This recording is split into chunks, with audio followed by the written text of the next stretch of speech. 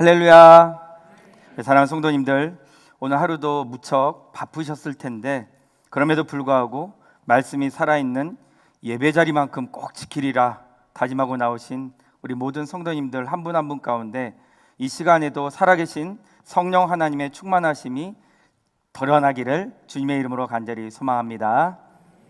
사랑하는 우리 성도님들에게는 하나님이 진짜 나를 사랑하시는구나, 하나님이 진짜 나를 도와주시고 나를 보호해 주시는구나 하고 진하게 느끼셨던 그 신앙의 추억 장소나 사건들이 다들 있으시지요?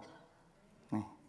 그 추억의 은혜의 사건 때문에 다시 힘든 상태에 빠지고 마음의 괴로움이 찾아오고 영적 우울감에 빠져서 헤매는 시간이 있을지라도 하나님 앞에 다시 나오게 되는, 하나님을 찾을 수밖에 없는 그 눈물, 그것이 우리 성도님들 모두에게 있을 줄 믿습니다. 저에게도 그 사건, 그 장소가 분명하고 또 선명하게 있습니다. 제가 잠깐 공무원 시험을 준비하면서 열심히 공부하는데도 마음속에 남아있는 그 무언가 모를 그 공허함, 열심히 무언가를 먹는데도 채워지지 않는 그 헛헛함, 그래서 항상 마음이 뭔가 외롭고 춥고 그랬던 시간이 잠깐 있었습니다. 그렇게 마음이 공허한 시간을 헤매다가 결국 찾아가 엎드리게 된 그 새벽의 시간, 예배의 자리, 그 자리에서 무릎을 꿇고 하나님 앞에 머리를 숙였을 때 그동안 설명되지 않았던 그런 마음들이 설명되어지고 그 해석이 가슴에서부터 머리로까지 이어져 깨닫게 되면서 흘렸던 그 눈물 뒤에 비로소 내가 가야 할 바를 알고 가게 된 이 목회의 길. 저는 신학 공부를 좀 늦게 했지만, 그래서 아직 그렇게 오래 목회를 하지 않았지만 목회를 하고 나서부터 한 번도 마음의 길을 못 찾아 헤매거나 공허하거나 슬프거나 마음이 춥다거나 하는 일을 만나지 않았습니다. 조금 힘들고 지치는 순간이 있었지만 갈 바를 몰라 방황하는 마음을 만나지는 않았습니다. 왜냐하면 하나님의 은사와 부르심에는 후회하심이 없느니라. 하나님의 분명한 부르심과 또 하나님이 분명히 저와 함께하고 계심을 신뢰하고 믿었기 때문입니다. 저의 기도에 반응해 주시는 그분은 분명히 살아계신 분이심을 확신했기 때문입니다. 저뿐만 아니라 우리 성도님들 모두에게도 진하고 그 사연 깊은 은혜들이 있을 줄 믿습니다. 그 은혜의 간증 때문에 우리 성도님들의 가슴에 하나님 나라가 분명하게 새겨져 있고 그 믿음 안에서 오늘도 여전히 하나님을 갈망하며 하나님의 은혜를 보호하며 보호를 받고 살아가고 계신 줄도 믿습니다. 오늘 말씀에 나온 다윗도 그랬습니다. 다윗에게도 그 진한 은혜의 사건이 있었습니다. 그게 바로 라마나옳 사건입니다. 라마나옳 사건 하니까 뭐지? 궁금하실 텐데요. 오늘 말씀을 살펴보면서 다시 한번 우리 모두에게 있는 그 라마나옳의 사건, 또 있어야 할 라마나옳의 은혜를 붙드시는 시간 되기를 간절히 소망합니다. 다윗은 블레셋 거인 장수 골리앗을 물리친 그 하나의 사건으로 인해 사울의 마음에 시기심의 대상이 되고 말았습니다. 사울은 여인들이 사울은 천천히요 다윗은 만만히로다 하고 부르는 그 노래 하나로 마음의 위기감을 느꼈고 그때부터 다윗을 자신의 자리를 노리는 적으로 여기게 되었습니다. 사랑하는 우리 성도님들, 사울의 마음에는 왜 왕으로서 여유가 없었을까요? 물론 그 노래를 듣고 기분이 좋을 리는 없겠지만, 그렇다고 해서 사울은 왕인데 다윗 같은 그 작은 사람을 향해서 뭐가 그리도 두렵고 걱정되고 자신의 자리를 잃을까 봐 조바심이 나게 되었을까요? 사울은 이미 그 전에 사무엘을 통해서 자신이 하나님께 버림받은 사람이라는 것을 알고 있었기 때문입니다. 우리 다 같이 사무엘상 15장 23절 말씀 함께 읽겠습니다. 이는 거역하는 것은 점치는 죄와 같고 완고한 것은 사신 우상에게 절하는 죄와 같음이라. 왕이 여호와의 말씀을 버렸으므로 여호와께서도 왕을 버려 왕이 되지 못하게 하셨나이다 하니. 사랑하는 성도님들, 사울은 자신이 뭐라고 왕이 되겠냐고, 자신과 자신의 가문은 그런 유능한 존재가 아니라고, 가장 미약한 존재라고 말했던 사람입니다. 그런데 사울은 왕이 되고 나서 하나님의 말씀을 두렵고 떨림으로 경청하는 것이 아니라 자신을 따르는 그 사람들을 보기 시작했고, 사무엘의 말보다는 사람들의 말을 더 주의 깊게 경청하기 시작했습니다. 왜일까요? 스스로 생각했을 때 미약했던 자신이었는데 실제로 왕이 되고 나니 이제는 그 자리의 유지가 자신에게 너무너무 중요했기 때문입니다. 우리가 바로 앞 책상만 바라볼 때 그 시선 넓이하고 눈을 들어서 베란다 너머로 보이는 먼 산을 바라볼 때 그 시선 넓이는 엄청난 차이가 있습니다. 시선이 넓어질수록 따라오는 것이 있는데, 그것은 마음의 넓이도 넓어지고 여유라는 공간이 주어진다는 것입니다. 자, 우리 성도님들, 지금 고개를 숙여서 발밑을 한번 보십시오. 그렇게 5초 동안만 한번 계셔 보십시오. 자, 한번 해보겠습니다. 시작. 1, 2, 3, 4, 5. 자, 이제 눈을 들어서 저를 한번 보십시오. 1, 2, 3, 4, 5. 저도 민망합니다. 이 차이를 우리 성도님들 느끼셨습니까? 고개를 숙여서 발밑을 바라볼 때는 여러분들의 마음도 발밑 공간만 해지지 않았습니까? 뭔가 답답함을 분명히 느끼셨을 것입니다. 그런데 고개를 들어서 이 앞을 바라보실 때는 어땠습니까? 자연 휴양림처럼 탁 트인 넓은 산, 그 산은 아니지만 그래도 우리 발밑을 볼 때보다는 마음이 훨씬 여유롭고 답답함도 사라졌을 것입니다. 그렇습니다. 사랑하는 성도님들, 사울은 왕이 되고 발밑만 본 사람이었습니다.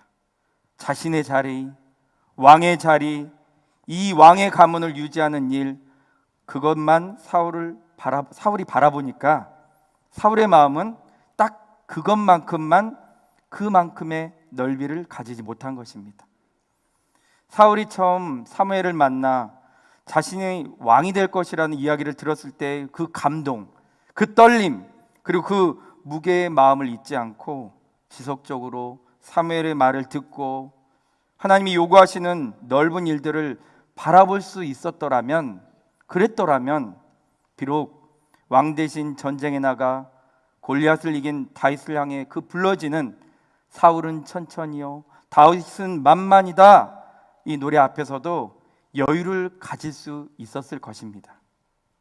잠시 빈정이 좀 상하고 기분은 나쁠지 몰라도 자신이 왕이라는 그 분명한 사실과 다윗은 자신의 종이라는 그 사실 앞에서 그 사울의 마음은 하나님을 향했을 것입니다. 그러나 아쉽게도 그러지 못했습니다. 사울의 마음은 이미 좁아졌고 하나님이 자신을 선택하셔서 왕이 되게 하셨던 그 놀라운 은혜를 잊어버렸습니다. 그리고 이제는 자신의 힘으로 자신의 자리와 자신의 가문을 지키려고 하고 있습니다. 그러니 이렇게 변한 사울의 마음에 다윗은 그저 없애야 할 적으로만 보일 뿐입니다. 다윗이 어떤 마음으로 나가서 골리앗을 이겼는지, 하나님이 다윗의 손과 함께 하셔서 블레셋 앞에서 다윗을 통해서 이스라엘을 이기게 하셨다는 그런 사실에는 관심이 없었습니다. 오직 자신의 자리, 그 왕의 자리를 지키고만 싶은 그 열망뿐이었습니다. 하나님이 자신을 버렸다면 자신의 힘으로 나의 자리를, 왕의 자리를 자기가 분명하게 지키고 싶다는 그런 욕심뿐이었습니다. 그런 사울에게 찾아온 것은 바로 악령이었습니다. 악한 생각, 악한 의도, 악한 마음, 악한 계획이 사울의 마음에 자리 잡고 또아리를 틀게 되었다는 것입니다. 사랑하는 우리 성도님들, 우리도 사울처럼 우리 안에 하나님을 경험했던 그 진한 은혜를 버려버리면 우리의 마음 안에 사라지는 것이 은혜이기 때문에 넓은 마음을 소유할 수가 절대로 없습니다. 그러다 보면 가장 먼저 두드러지게 나타나는 것이 바로 관계의 어려움일 수밖에 없습니다. 이해하기 힘들어지고 오직 나만, 나의 상태, 나의 상황, 나의 힘겨움만 보이기 때문에 누군가를 받아줄 여유가 없습니다. 그러면 반드시 깨어짐을 경험하게 됩니다. 하나님과의 관계의 깨어짐, 은혜의 깨어짐, 찬양과 감사의 깨어짐, 지체들과의 깨어짐, 평안의 깨어짐, 선한 비전의 깨어짐, 소명의식의 깨어짐, 그리고 내 마음, 그 내 마음 안에 자리 잡은 것은 바로 악과 깡밖에 없다는 것입니다. 사랑하는 우리 성도님들, 우리 악으로 깡으로 이 세상을 살려고 하지 마시고 하나님의 은혜로 이 세상을 살아가는 자들이 되기를 간절히 소망합니다. 우리 힘으로 아무리 악을 쓰고 깡으로 버텨도 하나님의 그 작은 은혜, 그 은혜의 능력을 따라갈 수가 없습니다. 이 사실을 분명하게 기억하시기를 간절히 소망합니다. 사울은 이 은혜가 사라지고 악과 깡만 남아가지고 어떻게 해서든 다윗을 죽이려고 했습니다. 다윗을 도운 자기 딸마저도 그 사울의 살기를 느꼈기 때문에 다윗이 자신을 죽이려 해서 도망치도록 도울 수밖에 없었다고 거짓말을 하지 않았습니까? 사울의 딸이었던 미갈의 눈에도 아버지 사울에게 지금 악밖에 없다는 것을, 선한 마음이 조금도 없다는 것을 보였기 때문입니다. 다윗은 미갈의 그 도움을 받아서 자신을 찾는 사울에게서 도망칠 수 있었습니다. 다윗이 밤중에 그 창문을 통해서 도망치면서 무슨 생각을 했을까요? 다윗의 마음을 제가 한번 좀 묵상해 봤습니다. 얼마나 마음이 외롭고 얼마나 마음이 힘들었을까? 도대체 내가 뭘 잘못했다고 이토록 나를 죽이려 할까? 내 인생은 도대체 왜 이럴까? 왜 이럴까? 다윗은 마음이 참 괴롭지 않았겠습니까? 어려서부터 집에서도 그렇게 인정받지 못하고 자신은 들에서 양을 치면서 그 외로움을 찬송으로 또 자신을 지켜주는 하나님을 향한 그 감사로 살아왔는데 왜 하나님은 내 인생을 이토록 계속 견디고 버티고 어려운 것만 감당하게 하시는 걸까? 한탄이 나오지 않았을까 생각해 보기도 했습니다. 그러면서 다윗이 라마에가 살고 있는 그 사무엘을 찾아갔을 때 왜 나를 선택했냐고 따져 묻고 싶은 마음이 가득하지 않았을까 생각했습니다. 저라면 아마 오직 그 마음 하나를 막 가지고 죽어라 달려가서 사무엘을 찾아갔을 것 같습니다. 다윗은 라마로 가서 사무엘을 만납니다. 라마는 선지자 사무엘의 고향입니다. 이때 사무엘 선지자는 자신의 고향으로 돌아가서 거기에 후학들을 양성하고 있었습니다. 하나님의 말씀을 가르치고 교육하고 있었던 것입니다. 여기서 나오는 나요시라는 것은 어떤 지명이나 장소의 명칭이 아니라 거처, 처소, 기숙사를 뜻합니다. 그러니까 라마나요스는 사무엘이 세운 선지자 학교 같은 것을 의미합니다. 일종의 신학교 같습니다. 다윗은 그 사무엘을 만나서 지금까지 사울이 자신에게 한 일을 이야기를 합니다. 그리고 다윗의 그 이야기를 들은 사무엘은 다윗을 데리고 나요스로 가서 살았다고 기록하고 있습니다. 사무엘은 곧장 다윗에게 하나님의 뜻을 전달하고 다윗의 사명을 위해서 그를 돌려보낸다든지 다윗에게 지금 상황에 대해서 무엇 때문에 그런지 해석해 주지 않았습니다. 사울을 피해서 도망온 그 다윗을 따뜻하게 맞아주었고 그리고 그를 데리고 나요스로 가서 하나님의 말씀을 가르쳤습니다. 저는 사무엘이 다윗을 데리고 라마나요스로 가서 살았다는 말씀을 읽으며 무릎을 딱 쳤습니다. 아, 그렇구나. 사무엘은 다윗에게 진짜 위로가 무엇인지를 정말 알았구나. 그것은 자신의 그 짧은 대답이 아니라 살아계신 하나님의 말씀, 그분의 말씀을 알고 그분을 아는 것이 바로 진짜 위로고 회복이라는 것을 알았구나, 깨달았습니다. 왜냐하면 그곳 라마나요스는 하나님의 영이 충만한 곳이기 때문입니다. 우리 사무엘상 19장 20절 21절 말씀 함께 읽겠습니다.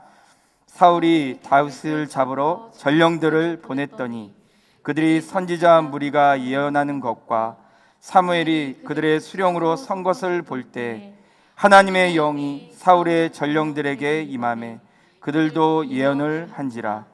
어떤 사람이 그것을 사울에게 알림해 사울이 다른 전령들을 보냈더니 그들도 예언을 했으므로 사울이 세 번째 다시 전령들을 보냈더니 그들도 예언을 한지라. 아멘. 라마나옅은 바로 하나님의 영이 머물러 있는 곳이요, 하나님의 영이 역사하는 곳이었습니다. 그곳은 하나님의 말씀이 충만했고 하나님의 사랑이 충만했고 하나님의 긍휼하심과 은혜가 충만했습니다. 그래서 다윗처럼 어디로 피해야 할지 모르는 사람들이 찾아와서 진정한 위로와 쉼을 얻고 회복을 얻는 것이요, 하나님의 그 충만하신 영 안에서 진정한 쉼을 누리고 찾는 곳이었습니다. 사울의 전령들이 이곳 라마나옅에 올 때는 다윗을 죽여야 한다는 명령을 들고 있었기 때문에 오직 죽음만을 생각하면서 막 달려왔을 텐데, 라마나옅에 들어서자 하나님의 그 충만하신 영이 그들에게 임했고 놀라운 변화가 일어났습니다. 그들이 예언을 하게 되었고 마음의 변화를 가지게 된 것입니다. 이 놀라운 일이 세 번씩이나 일어나고 있었다는 것을 우리는 주의 깊게 생각해 보아야 합니다. 라마나옅, 그곳은 하나님의 영이 충만하게, 아주 충만하게 머물고 있던 곳이라는 것입니다. 사랑하는 우리 성도님들, 지금 이곳이 바로 우리 사랑하는 성도님들에게 라마나옅의 자리가 되기를 간절히 소망합니다. 우리 교회가 용인의 수많은 시민에게 라마나옅의 자리가 되기를 간절히 소망합니다. 갈 곳 없어 방황하게 될 때, 아무에게도 말을 털어놓을 수 없는 사람이 문제를 안고 죽음만 생각하게 될 때, 괴로움이 극에 달해서 스스로 육신을 괴롭히고 있을 때, 모든 관계가 박살나서 살 소망이 끊어졌을 때, 우연이든 의지를 갖고서든 끌려서든 찾아오게 된 이곳이 변화와 희망과 회복과 쉼을 경험하게 되는 라마나옅이 되기를 간절히 소망합니다. 우리를 회복시키시고 우리의 존재를 밝히 깨달아 알게 하는 그 하나님의 말씀이 충만하고 기쁨과 감사와 그 성령이 충만하여 갈 바를 알지 못하는 자들의 심령마다 갈 길을 밝히 보여줘 내일을 꿈꾸게 되는 그런 하나님의 충만한 영이 역사하는 곳이, 그 라마나옅이 이곳이 되기를 간절히 소망합니다. 그리고 저는 더 나아가서 우리 성도님들의 가정과 삶이 라마나옅이 되길 소망합니다.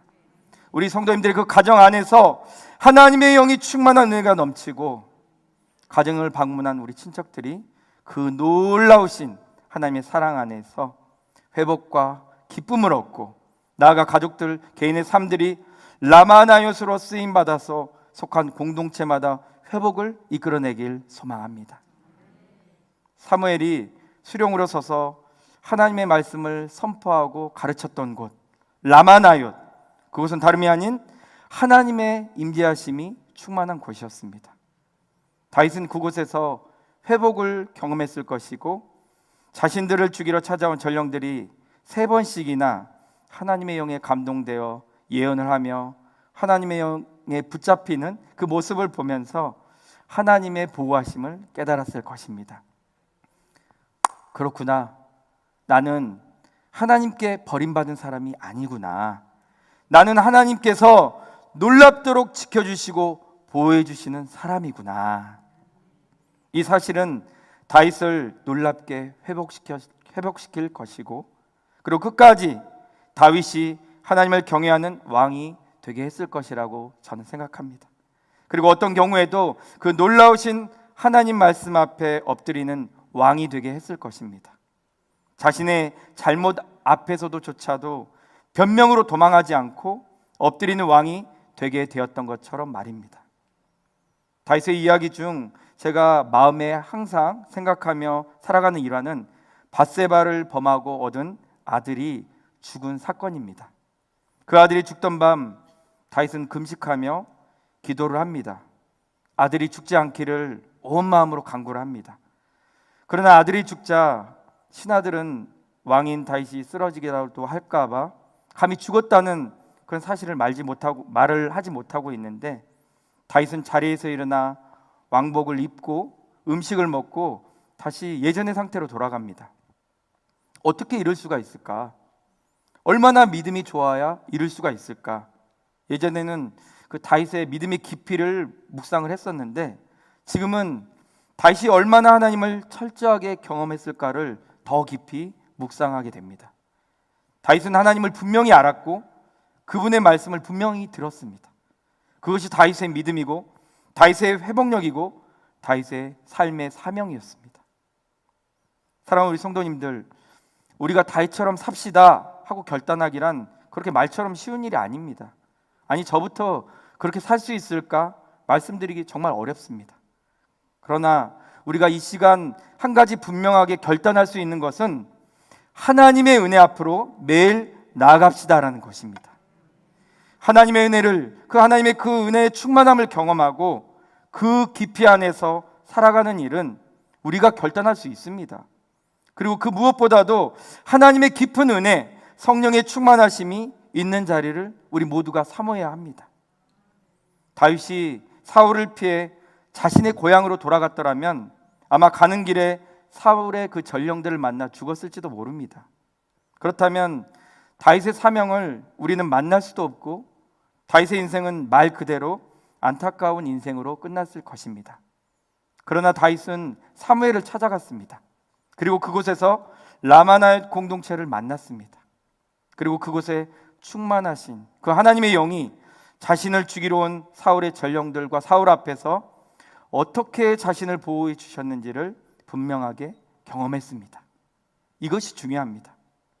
사랑하는 우리 성도님들, 하나님의 그 은혜 앞에 나오면, 하나님의 살아계신 말씀 앞에 나오면 우린 반드시 살게 됩니다. 우리 인생 반드시 달라지게 되어 있습니다.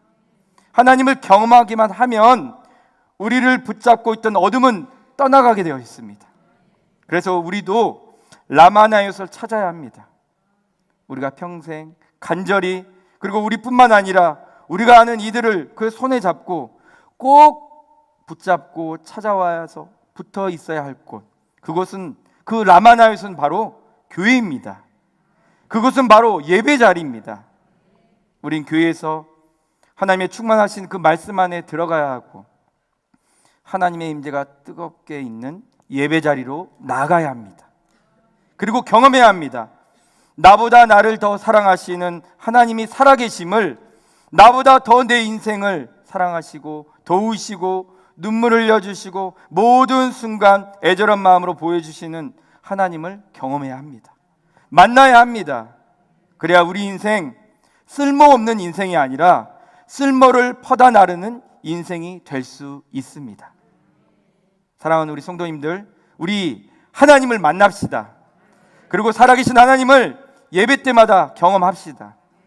하나님의 영은 하나님의 말씀이 선포되어지는 모든 자리에 충만하게 임해 계십니다. 믿기만 하면 보입니다. 만납시다. 그리고 더욱 믿음과 성령 충만함을 구하는 삶으로 우리 모두가 살아냅시다. 우리 용인제일교회가 더욱 하나님의 말씀을 꼭 붙잡고 이 시대 앞에서, 그리고 이 땅 용인을 품으며 라마나요스의 그 사명을 잘 감당하려고 할 때 우리는 어찌됐든 힘을 다하고 뜻을 다해 마음을 다해 교회에 속해서 이곳에서 충만하신 그 하나님의 성령 안에서 변화를 받고 회복하고 소망이 있는 귀한 인생으로, 또 우리 성도님들 각자의 삶의 자리에서 다시 작은 라마나요시 되어서 성령이 충만한 삶으로 선한 일을 하여서 하나님의 이름이 비방받지 않고 오히려 하나님의 영광이 드러낸 삶을 살아내시는 분들 되시기를 간절히 소망합니다. 저와 우리 모든 성도님들, 그리고 우리 용인제일교회가 그렇게 되기를 주님의 이름으로 간절히 축원합니다.